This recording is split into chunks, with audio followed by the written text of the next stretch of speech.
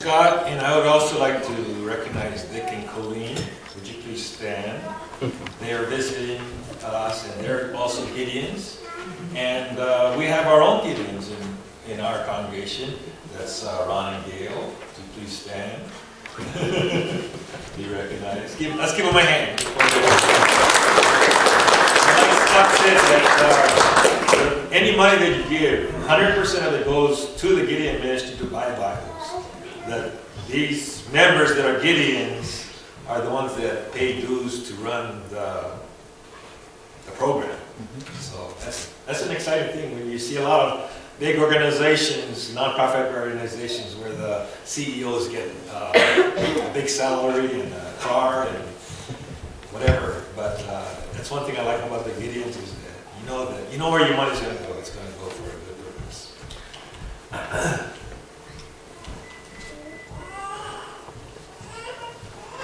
We've been reading through the book of Genesis, and I was trying to find a title for this today's message. And as I read through it, I thought, we hear about Exodus and the story of Exodus, where the Israelites left Egypt and wandered through the wilderness. But as I read through this, I kind of thought that maybe this one was really the first Exodus, where Jacob, if you remember, went to Haran and found that he was looking for a woman, of course, and he found Rachel, who was very beautiful, and he wanted to marry her, and so he ended up having to work 7 years for Rachel, and then he found out that he ended up woke up the next morning and found out he married Rachel's sister Leah. And I don't know, again, I just don't understand how that happened, but then he wanted Rachel so bad that he worked another 7 years. And again, I just don't understand a guy working for a woman for 14 years. Of course, he got him before his next term. But here's where we pick it up. Jacob heard that Laban's sons were saying, Jacob had taken everything our father owned and has gained all his wealth from what belonged to our father. And again, you see this,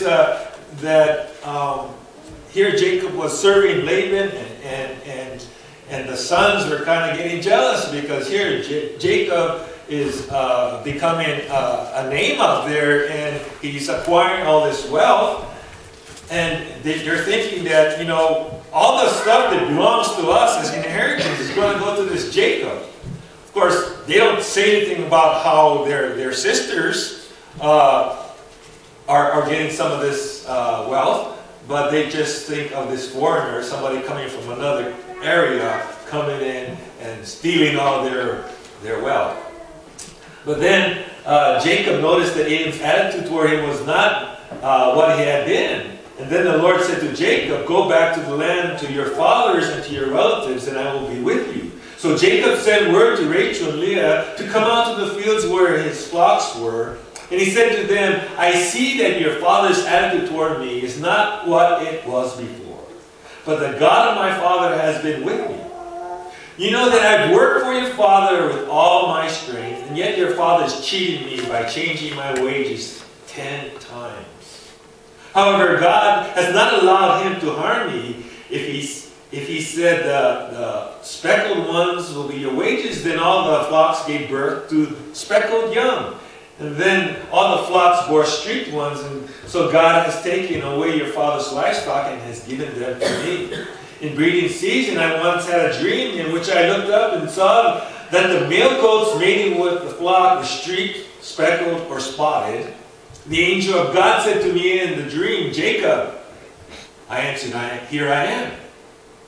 And he said, look up and see that all the male goats mating with the flock are streaked, speckled, or spotted. For I have seen all that Laban has been doing to you.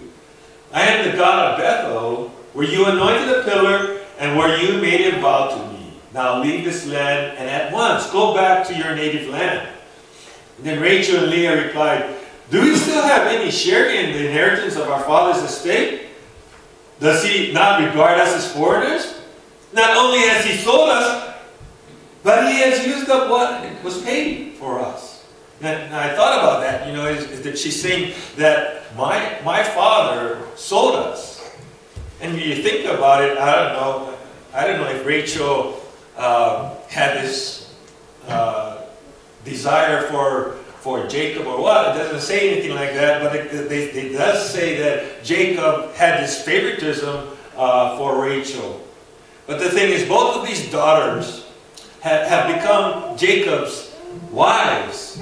And it seems like, from reading the text, is that Laban basically sold his daughters into, so that you know, the father could benefit from this man's labor.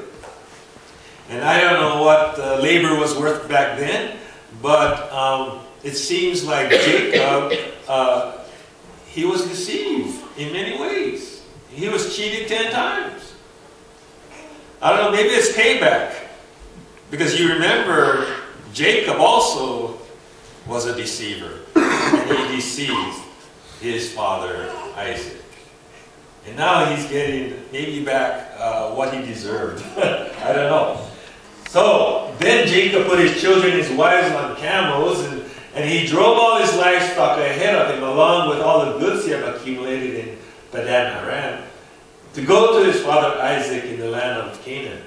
And when Laban had gone to shear his sheep, Rachel stole her father's household gods. Moreover, Jacob deceived Laban the Aramean by not telling him that he was running away, so he fled with all he had across the Euphrates River and headed for the hill country of Gilead. On the third day, Laban was told that Jacob fled, and taking his relatives with him, he pursued Jacob for 7 days and caught up with him in a hill country of Gilead. And then God came to Laban the Aramean in a dream that night and said to him, "Be careful not to say anything bad about Jacob, either good or bad." And Jacob had pitched his tent in the hill country of Gilead when Laban overtook him. And Laban and his relatives camped there too. Then Laban said to Jacob, "What have you done? You deceived me, and you carried off my daughters like captives in war. Why didn't you tell me, so that I could send you away with joy and singing to the music of timbrels and harps? You didn't even let me kiss my grandchildren, my daughters goodbye. You have done a foolish thing." And then as we look at this, you know, we see that, you know, yeah, he has a good complaint, you know. I mean, how many of you would like to have your daughters, you know, I know a circumstance here, but, you know, it's somebody from another area come in and take your daughters away, and they don't even say goodbye. You don't even have a chance to say, you know, give them a hug and wish them well. But you really read about what's happening here. I think Laban really could care less about his daughters. He didn't consult with them whether they thought they would like to marry this guy Jacob.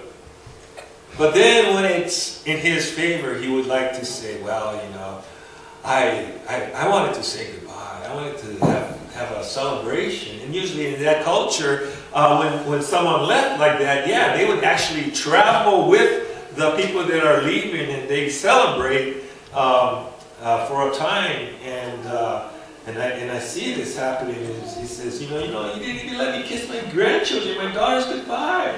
You have done a foolish thing. I have the power to harm you. Ooh. Now maybe he's kind of telling where his heart really was. That he was, you know, chasing after Jacob to get his wealth back. But then, guess what? God stepped in and says, you know, you better not do anything bad to this guy. I'm protecting him. And of course, if God talks to you, you better watch out, right? If he says, don't hurt my fellow servant, Jacob, then that's the reason why I think he changed his attitude about how he was going to talk to Jacob. Now you have gone off because you long to return your father's household, but why did you steal my gods? And Jacob answered Laban, I was afraid because I thought you would take your daughters away from me by force. But if you find any gods anyone who has your gods, that person shall not live. Now Jacob didn't know that Rachel did this. Because I don't think he would have said that if he knew Rachel stole those gods. But if you find anyone who has your gods, that person shall not live. In the presence of our relatives, see for yourself whether there is anything of yours here with me. And if so, take it. And now Jacob did not know Rachel had stolen the gods, so Laban went into Jacob's tent and into Leah's tent and into the tent of the two female servants. And he found nothing. And after he came out of Leah's tent, he enters Rachel's tent. And now Rachel had taken the household gods and put them inside a camel's saddle and was sitting on them. And when I was reading this, at first I thought, you know, here's these saddles on this camel, and she's going up on the camel and sitting on top of that. But as I did a little study, I guess they used that as sort of like a sofa, you know, something to sit on in the tent. So here's Rachel sitting on this camel saddle. And Laban searching throughout the tent and everything, and he found nothing. And Rachel said to her father, "Don't be angry, my lord, that I cannot stand up in your presence. I'm having my period." So he searched, but he could not find the household gods. And Jacob was angry and took Laban to task. "What is my crime?" he asked Laban. "How have I wronged you that you hunt me down now that you have searched through all my goods? What have you found that belongs to your household? Put it here in front of your relatives and mine and let them judge between the two of us. I have been with you for 20 years now. Your sheep and goats have not miscarried, nor have I eaten rams from your flocks. I did not bring you animals torn by wild beasts. I bore the loss myself. And you demanded payment from me for whatever was stolen by day or by night. And this was my situation, that he consumed me in the daytime and the cold at night, and sleep fled my eyes. And it was like this for 20 years I was in your household. I worked for you 14 years for your 2 daughters and 6 years for your flocks. And you changed my wages 10 times. And if the God of my father, the God of Abraham, the fear of Isaac, had not been with me, you would surely have sent me away empty-handed. But God has seen my hardship and the toil of my hands, and last night he rebuked you. Laban answered Jacob, "The women are my daughters, the children are my children, and the flocks are my flocks. All you see is mine. Yet what can I do about these daughters of mine, or about the children you have born?" Now you can see here, he even though Jacob worked all these years for all that he had, what does he do?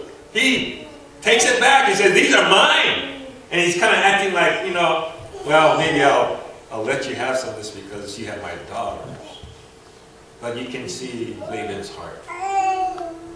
"Come, now let's make a covenant, you and I, and let it serve as a witness between us." So Jacob took a stone and set it up as a pillar. And he said to his relatives, "Gather some stones." So they took stones and piled them up in a heap, and they ate there by the heap. And Laban called it Jegar Sachdullah. Whatever. I don't know if I said that right or not. And Jacob called it Galilee. And I did some reading again on this, and they said that even today there's all these stones that are piled up because there's so many times when people made covenants with each other, they would do this. They would pile up stones as a lasting memorial, so that when they passed the area, they would remember the covenant that was made. And Laban said, "This heap is a witness between you and me today." That is why it was called Galilee. It was also called Mizpah, because he said, "May the Lord keep watch between you and me when we are all away from each other. If you mistreat my daughters, or if you take any wives besides my daughters, even though no one is with us, remember that God is a witness between you and me." Laban also said to Jacob, "Here's this heap, and here's this pillar I have set up between you and me. This heap is a witness, and this pillar is a witness, that I will not go past this heap to your side to harm you, and that you will not go past this heap and pillar to my side and harm me. And may the God of Abraham, the God of Nahor, the God of their father, judge between us." So Jacob took an oath in the name of the fear of his father Isaac. And he offered a sacrifice there in the hill country, and he divided his